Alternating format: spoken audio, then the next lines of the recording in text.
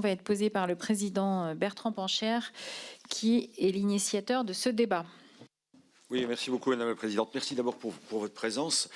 Le groupe Lyot est un groupe parlementaire très attaché au dialogue social, au paritarisme, à la décentralisation et également au développement des missions confiées aux organisations les plus proches du terrain. On regrette vraiment, mais ça sera une question qu'on abordera peut-être tout à l'heure, de voir comment on s'attaque au paritarisme, parce qu'à travers vos interventions, nous rendons compte de la richesse et de l'intérêt de vos échanges. Nous nous étions opposés à la réforme des retraites, non pas par dogmatisme, mais simplement parce que nous considérions qu'on prenait le sujet par le mauvais bout et qu'il aurait fallu commencer par régler la question de l'emploi des seniors. On l'a bien vu, une personne sur deux de seniors est actuellement au chômage et repousser 2 ans la durée de la retraite, ça voulait dire remettre encore davantage de personnes dans la précarité. Ça n'a pas été le cas. La première question que je voulais vous poser, quel bilan est-ce qu'on peut déjà tirer de la réforme des retraites s'agissant des seniors? Parce qu'on voit bien qu'on a repoussé. Bon, est-ce que on a amélioré la situation? On ne pense pas. Est-ce qu'on l'a dégradé? C'est fort possible. Mais on aurait besoin là de votre lecture de façon à prendre par votre biais un peu à témoin également l'opinion publique.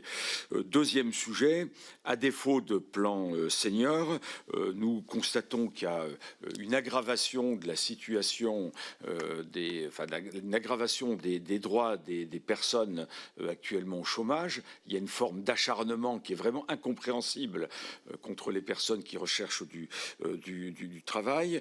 Donc quel regard vous portez sur cette aggravation? Je pense à la remise en cause de l'allocation de solidarité spécifique. Je pense à la nouvelle baisse de la durée d'indemnisation du chômage. Et enfin, peut-être pourrions-nous tirer des enseignements ou partager votre analyse sur les liens entre l'assurance chômage et la baisse du chômage. On entend un peu n'importe quoi dans ce pays en disant mais moins on indemnise les chômeurs, plus ils vont être contraints de trouver du travail. Bon, je suis dans un département rural, je pense que c'est pas tout à fait comme ça. J'aimerais bien qu'on puisse partager peut-être votre regard sur cette question. Merci. Alors la réponse va être complexe, parce qu'il y a 2 minutes à se partager, donc je ne sais pas qui commence, sachant qu'il y aura d'autres questions qui seront posées par la suite.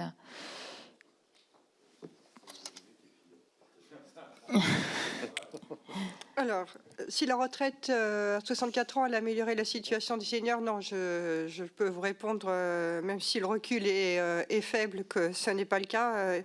Par contre, ce qu'on sait déjà, c'est que ça les a précarisés un petit peu plus.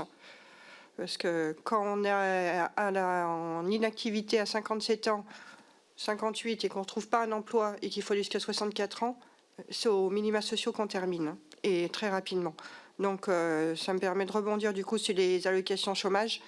Si on n'améliore pas d'une manière significative l'emploi des seniors, avec une retraite à 64 ans, on va mettre les gens dans la précarité, dans la misère. Et avec la fin de l'ASS, ça va être encore pire. L'ASS, elle permettait au moins de garantir un peu des droits. Là, on les fait basculer au RSA. Alors c'est peut-être aussi un calcul budgétaire pour les mettre à la charge des départements.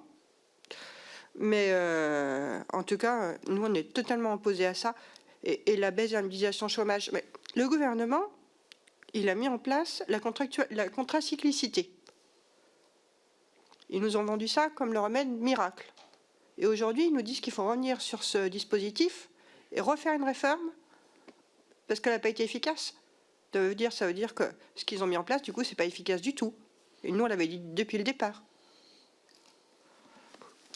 Donc, on termine peut-être si tu veux. Merci, Monsieur Ricordeau. Juste 10 secondes pour laisser 2 secondes. Selon la CFDT, il n'y a aucune étude, il n'y a rien qui n'a jamais démontré, sauf à preuve du contraire, que une baisse d'un niveau d'indemnisation chômage dans un pays produisait une augmentation du taux d'emploi. Ça n'a jamais été démontré.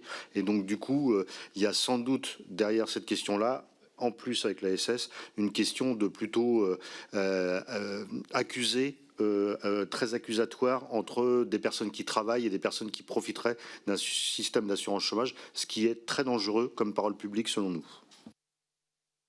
Merci. La parole est maintenant pour le groupe Renaissance à Madame Fautaberet.